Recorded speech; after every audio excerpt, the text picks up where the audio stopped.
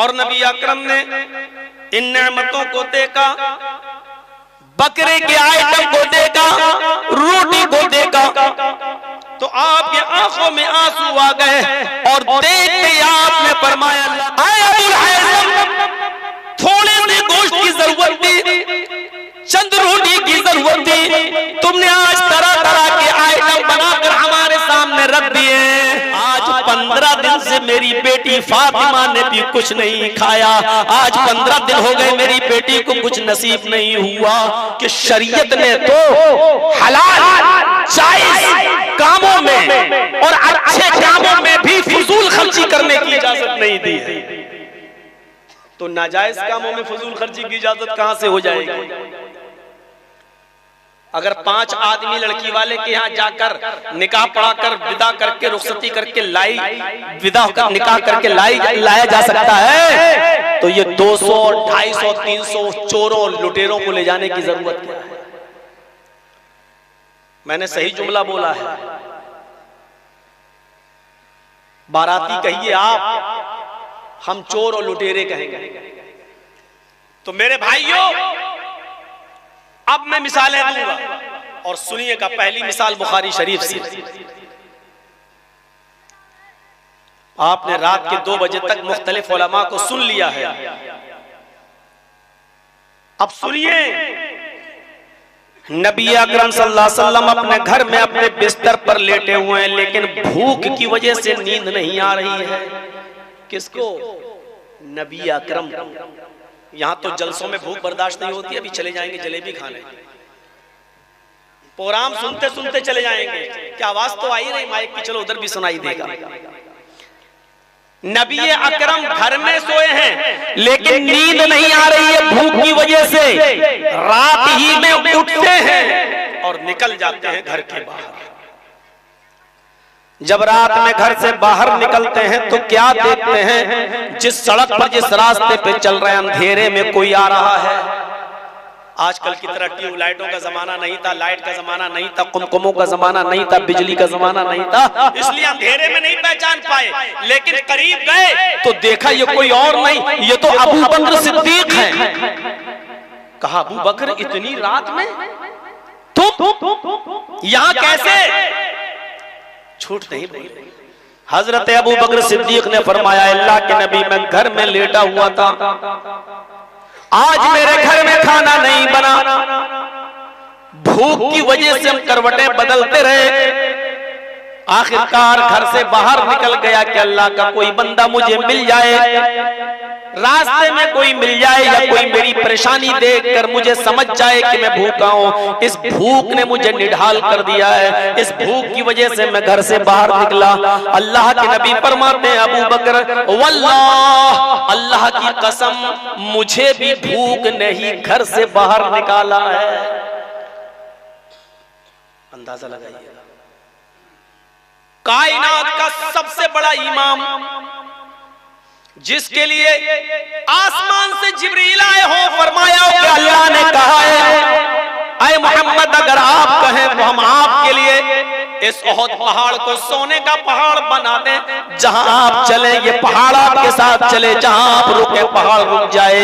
ये सोने के पहाड़ को बनाकर आपको उसका मालिक बना दे, लेकिन अल्लाह के नबी मना करते हैं, मुझे इस दुनिया में सोने का मालिक नहीं बनना है, मैं तो इस दुनिया में जन्नत का मालिक बनने के लिए आया हूँ, ऐसे अमल करने के लिए आया हूँ जो मुझे जन्नत का हकदार बना दे, जन्नत का मालिक बना दे। उस नबी की नींद का आलम, भूख का आलम ये है कि उसको घर में खाने के लिए कुछ नहीं है। चले अबू बकर, तुम भी भूखे, हम भी भूखे, चलो आगे चलते हैं, शायद अल्लाह कोई इंतजाम करे। अब दोनों लोग चल रहे हैं साथ, एक और शख्स रास्ते में चला रहा है, दूर से पहचान में नहीं आया, उसके करीब गए तो देखा उमर फारूक रज़ी अल्लाह तआला अन्हु है। पूछा, उमर तुम कैसे निकले? हजरत उमर ने भी सेम वही जवाब दिया, ऐ अबू बकर, ऐ अल्लाह के रसूल, मुझे भूख की वजह से घर से बाहर निकलना पड़ा, घर में खाने को कुछ नहीं। अबू बकर सिद्दीक ने कहा कि मैं भी भूख की वजह से निकला। अल्लाह के रसूल ने कहा, मेरा भी वही हाल है। अच्छा चलो, करीब में किसी अंसारी सहाबी का घर है। बुखारी शरीफ की हदीस के अंदर उस सहाबी का नाम अबुल हैसम अंसारी बताया गया है। अबुल हैसम अंसारी के घर चलते हैं, उनके पास खजूर का एक बाग है, शायद वो कुछ खजूर तोड़ के ले आए, कुछ खिला दें। रात की तारीकी में, रात के अंधेरे में दरवाजे को दस्तक दी। अबुल हैसम अंसारी के मकान पे पहुंचे, दरवाजे को दस्तक दी। अबुल हैसम अंसारी रात में उठे, अल्लाह इतनी रात में कौन आ सकता है? ईशा की नमाज के बाद तो दरवाजा बंद करके सोने का हुक्म है। कुरान ने भी फरमाया ईशा की नमाज पढ़कर बिस्तर पर सो जाओ। नबी ने भी फरमाया लायाली कामों में न रहो, इतनी रात में जरूर कोई मजबूर इंसान ही होगा जो हमारे दरवाजे पर आया है। अबुल हैसम अंसारी ने दरवाजा खोला, क्या देखते हैं कि सामने 14वीं रात का चांद खड़ा है और दाएं बाएं सितारों के मानिंद चमकने वाले दो सहाबी यानी मुहम्मदुर रसूलुल्लाह और दाएं बाएं अबू बकर और उमर। कहा मुबारक हो, कितने अच्छे मेहमान, और रात के इतने अंधेरे में हमारे घर पर मेजबानी का शर्फ मुझे हासिल। आइए अल्लाह के नबी घर में तशरीफ लाइए, आए अबू बकर उमर आइए घर में तशरीफ ले आइए। अचानक कोई किसी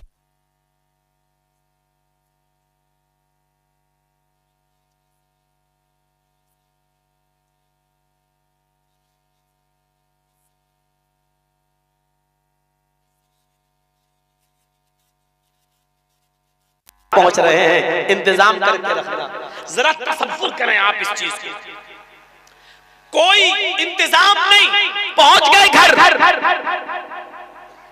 और आज किसी के घर अचानक पहुंच जाओ तो सबसे पहले तो आदमी से ज्यादा उसकी बीवी नाराज हो जाएगी, कमीना इसी वक्त रात को टपकने को था। अब इनके बाप के नौकर हैं, रात में उठे गरम रोटी बनाएं, इनको खिलाएं, चावल चढ़ाएं, दाल बनाएं। कुछ ऐसी हैं, हम ये नहीं कह रहे, लेकिन सब ऐसी नहीं है। बहुत सी ऐसी भी हैं जो मेहमानों को घर में खाना बनाने में फख्र महसूस करती हैं और वो बरकत समझती हैं कि इन्हीं मेहमानों की बरकत से अल्लाह ने हमारे घर में रिज़्क़ के दरवाजे खोले हैं। ऐसे अब उठा बैठी मत करिए भैया, इसको बिठा दो, अब उठा बैठी मत करिए, जा अब आना नहीं, यहां से लौट जाओ।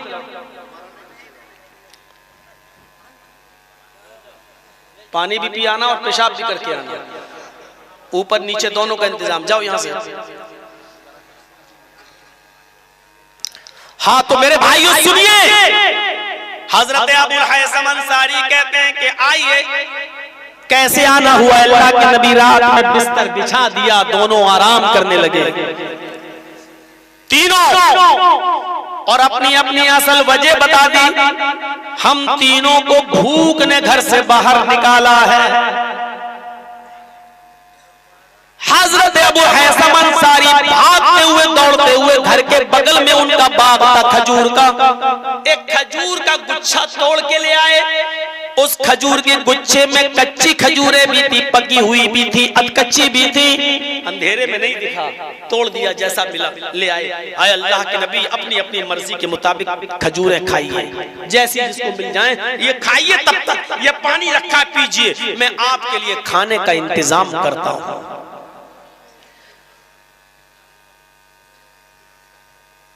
गए और एक बकरी निकाली अबुल हैसम ने, और बकरी को जैसे ही ज़िबा करने वाले हुए, अल्लाह के नबी ने पूछा अबुल हैसम, लगता है ये बकरी तो दूध देती है। कहा हाँ, तो क्या हुआ, आपसे बढ़कर थोड़ी है।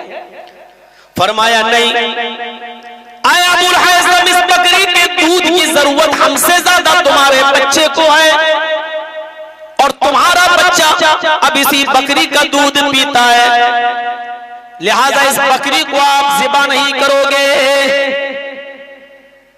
यहाँ तो बाकायदा हम जैसे मौलवी फोन करके कह देते हैं, यहाँ डॉक्टर साहब जरा खस्सी मुर्गा बना के रखिएगा, देसी मछली भी मंगा लीजिएगा। और डॉक्टर साहब अगर कुछ खाना कानी करें तो हदीस सुना देते हैं। मेहमान नवाजी करना बहुत बड़ा सवाब है। मौलवियों के पास हदीसों की कमी तो है नहीं। कौवा और कबूतर वाला वाकया सुन लीजिएगा हमारा, पहले वाला यूट्यूब पे पड़ा होगा, सुना ना। एक शिकारी के जाल में कौवा भी फंस गया और कबूतर भी फंस गया था। तो कौवा भी रो रहा और कबूतर भी रो रहा था। तो कबूतर ने गुस्से से कहा चुप चुप चुप, कौवे से काव काव काव काव करते हुए मेरा दिमाग खराब कर दिया।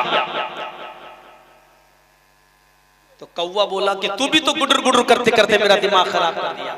हम रो रहे हैं तो तू भी तो रो रहा है। तो कबूतर बोला कमीने मैं तो इसलिए रो रहा हूं क्योंकि मैं हलाल हूं और शिकारी के जाल में फंस गया हूं। ये शिकारी हमें जाल से निकालेगा और ज़िबा करेगा, काटेगा और खा जाएगा। हमें तो कटना ही कटना है, इसलिए मैं रो रहा हूं। तू क्यों रो रहा है कमीने? तू तो हराम है, तुझे थोड़ी शिकारी काटेगा, तुझे तो जाल से निकालेगा, उड़ा देगा या पिंजरे में बंद कर देगा, खिलाएगा पिलाएगा। तेरी जिंदगी खतरे में थोड़ी है, जिंदगी तो मेरी खतरे में है क्योंकि मैं हलाल हूं। तो कौवा बोला मेरी जिंदगी तुमसे ज्यादा खतरे में है। तो कबूतर बोला वो कैसे? कौवे ने कहा कि ये जाल किसी जाहिल का नहीं है, मौलवी का है जिसमें हम फंसे हैं। कबूतर ने कहा मौलवी का जाल है तो क्या हुआ? कौवा बोला इसका कोई भरोसा नहीं, कब ये हलाल का फतवा देके हमको भी काट के खा जाएगा। हमारी जान तो तुमसे ज्यादा उस मुसीबत में पड़ी हुई है, तुम्हें तो करना ही है। हम तो पल पल मर रहे हैं, बचेंगे कि नहीं बचेंगे। ये मौलवी है पता नहीं कब हलाल का फतवा दे, ये कह दे कि हालात खराब है कौवा खा सकते हैं, ये तो कब हलाल का फतवा दे के हमको भी काट के फतवा देते कि कौवा भी हलाल। मेरे भाइयों, तो मौलवी से कोई नहीं बच पाता है। तो अंदाजा लगाइएगा, अल्लाह के नबी ने मना कर दिया, अबुल हैसम अभी तुम इस बकरी को नहीं ज़िबा करोगे। अबुल हैसम ने कहा ठीक है नहीं करूंगा, लेकिन मेरे पास एक बकरी का बच्चा नहीं, 1 साल का इसका बच्चा भी है, 1 साल का इस बकरी का नर बच्चा नहीं, बकरा भी मौजूद है, मैं उसको ज़िबा कर देता हूं। ज़िबा कर दिया, बोटियां की, गोश्त बना, पराठा बना, रोटी और गोश्त बन के सामने आया। अल्लाह के नबी के सामने रोटी आई, गोश्त भी आया। उस वक्त जो जो नियामतें चलती थी सब बना दिया गया, रख दिया गया।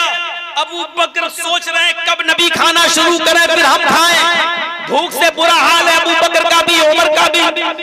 लेकिन उस वक्त अगर आंखों में आंसू हैं तो जनाबे मोहम्मद रसूलुल्लाह सल्लल्लाहु अलैहि वसल्लम के आंखों में आंसू हैं। और नबी अकरम ने इन नेमतों को देखा, बकरे के आइटम को देखा, रोटी को देखा, तो आपके आंखों में आंसू आ गए और देखते आपने फरमाया तुसअलुन्ना अन हाज़ल नईम यौमल क़ियामह। आए अबुल हैसम, थोड़े से गोश्त की जरूरत थी, चंद रोटी की जरूरत थी, तुमने आज तरह तरह के आइटम बनाकर हमारे सामने रख दिए। कयामत के दिन अल्लाह ने ये नेमतें जो आज तुम्हें दी हैं, कयामत के दिन इन नेमतों के बारे में सवाल किया जाएगा, कयामत के दिन इन नेमतों के बारे में पूछा जाएगा। यानी ये नेमतें खाकर तुमने अल्लाह ताला का शुक्र अदा किया या नहीं किया।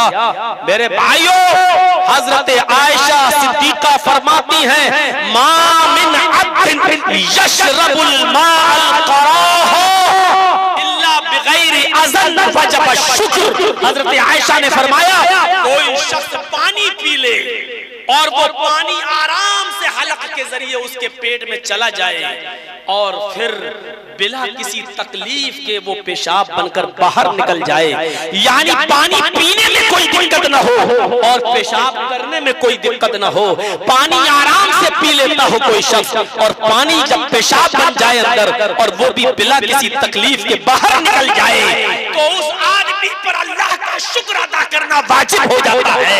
इल्ला वजब शुक्र कि अल्लाह ने उसको पानी पिला दिया और पानी पेट में महफूज रखा और फिर सही और सलामत बाहर भी निकाल दिया, यानी उसके किडनी साफ है, उसके लीवर में कोई फर्क नहीं है, उसका पेट डैमेज नहीं है। उसको अल्लाह के इस नेमत अल्लाह का शुक्र अदा करना चाहिए। और इसीलिए फरमाया जब पानी पियो तो कहो बिस्मिल्लाह, और जब पेशाब करके फारिग हो तो कहो गुफरानका। ये दुआ बताई ताकि तुम अल्लाह ताला का शुक्र अदा कर सको। कितने बेशरम और बेहया हो चुके हैं हम। खड़े होकर खाने की आदत है हमारी, खड़े होकर पीने की आदत है हमारी, प्लेट में रखा हुआ खाना छोड़ने की आदत है हमारी, और बचा हुआ खाना नालियों में और कूड़ेदान में फेंकने की आदत है हमारी। अल्लाह रब्बुल आलमीन की नेमतों को खाकर हम अल्लाह का शुक्र अदा नहीं कर रहे हैं। मेरे भाइयों, सिर्फ तसव्वुर कीजिए कि हम कितनी बड़ी नाफरमानी कर रहे हैं अल्लाह की। उसके बाद अल्लाह के नबी सल्लल्लाहु अलैहि वसल्लम ने एक रोटी ली। अल्लाह की कसम मौलाना जर्जीस को उस रोटी का साइज नहीं मालूम। बुखारी की हदीस में खुब्ज़ुन का लफ्ज मौजूद है। एक रोटी, किसी इलाके में रोटी छोटी बनती है, किसी इलाके में बड़ी बनती है। आपके यहाँ रोटी छोटी रोटी बनती है, हमारे इटावा में यूपी साइड मगरबी यूपी में आ जाओ तो रोटी का साइज थोड़ा बड़ा हो जाता है। पाकिस्तान की सरजमीन पे चले जाओ तो इतनी बड़ी रोटी बनती है कि एक रोटी में दो दो तीन तीन आदमी खा लें। अब हमें नहीं मालूम कि वो रोटी इतनी सी थी कि इतनी सी थी कि इतनी बड़ी थी। हदीस की किताब में खुब्ज़ुन का लफ्ज आता है कि एक रोटी ली और उस रोटी के ऊपर अल्लाह के नबी ने गोश्त की दो बोटियां रखी। बस गोश्त की दो बोटियां रखी और उनको मोड़ दिया और अबुल हैसम से कहा, अबुल हैसम ये पकड़ो और इसको मेरी बेटी फातिमा को दे दो। जाओ मेरे घर और इसको मेरी बेटी फातिमा को पहुंचा दो। आज 15 दिन से मेरी बेटी फातिमा ने भी कुछ नहीं खाया। आज 15 दिन हो गए मेरी बेटी को कुछ नसीब नहीं हुआ। मेरे भाइयों गौर करो, एक रोटी दे रहे हैं, दो बोटी। अबुल हैसम अंदर जाते हैं, उनकी बीवी कहती है एक रोटी नबी ने दी तो तुम एक रोटी लेके जाने लगे, शर्म नहीं आ रही? 15 दिन से नबी की बेटी ने कुछ नहीं खाया, इधर लाओ। उन्होंने 2-3 रोटियां रख दी और पूरा का पूरा टिफिन भर दिया गोश्त का और कहा जाओ दे दो ताकि आज तो कम से कम वो पेट भर के खा ले। जब वो एक टिफिन भरा हुआ लेकर और चंद रोटियां लेकर जब घर से निकले तो अल्लाह के नबी ने वो पूरा का पूरा टिफिन उनसे छीन लिया। फरमाया आया अबुल हैसम, मैं अपनी बेटी फातिमा को इतना नहीं खिलाना चाहता कि मेरी बेटी पेट भर के खा ले और फिर रात में उठकर वो तहज्जुद की नमाज से गाफिल हो जाए, अल्लाह को याद न कर सके, वो रात में फिर नमाज न पढ़ सके। मैं एक रोटी और 2 बोटी दे रहा हूँ, उतना ही मेरी बेटी को खाने का हक है जितने में उसकी कमर सीधी रहे और रात को उठकर अल्लाह का शुक्र अदा कर सके। मेरे भाइयों, घर वाला अपनी इजाजत से 3-4 रोटियां दे रहा है, पूरा गोश्त टिफिन से भर रहा है, जायज है। घर वाला अपनी मर्जी से ले रहा है, उसकी बीवी अपनी मर्जी से दे रही है, लेकिन इमाम कायनात कह रहे हैं कि मुझे उतना ही देना है जितना मेरी बेटी खाए और अल्लाह का शुक्र अदा कर सके। यानी फुजूल नहीं, ज्यादा नहीं, उसकी भूख से ज्यादा बद दो उसको। मेरे प्यारे साथियों, और आपने कहा आया अबुल हैसम, हम 2 ही लोग तो थे, अबू बकर उमर और हम 3, इतना पूरा का पूरा बकरा ज़िबा कर देने की क्या जरूरत थी? खजूर लाए तो थे, खजूर खा के पानी पी लेते काफी था, और जब ये नेमतें तुम ले भी आए तो तुमने इतना आइटम क्यों बना दिए? इतना आइटम क्यों बना दिया?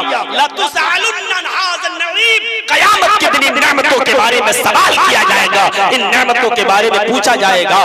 मेरे भाइयों, अब कोई आदमी ये कहे कि मौलवियों के दस्तरखान पे मछली भी रख दो, मुर्गा भी रख दो, चिकन भी रख दो, मटन भी रख दो और हमारा मुगले आजम भी रख दो, ये सारी की सारी चीजें रख दो, तो क्या ये गलत है?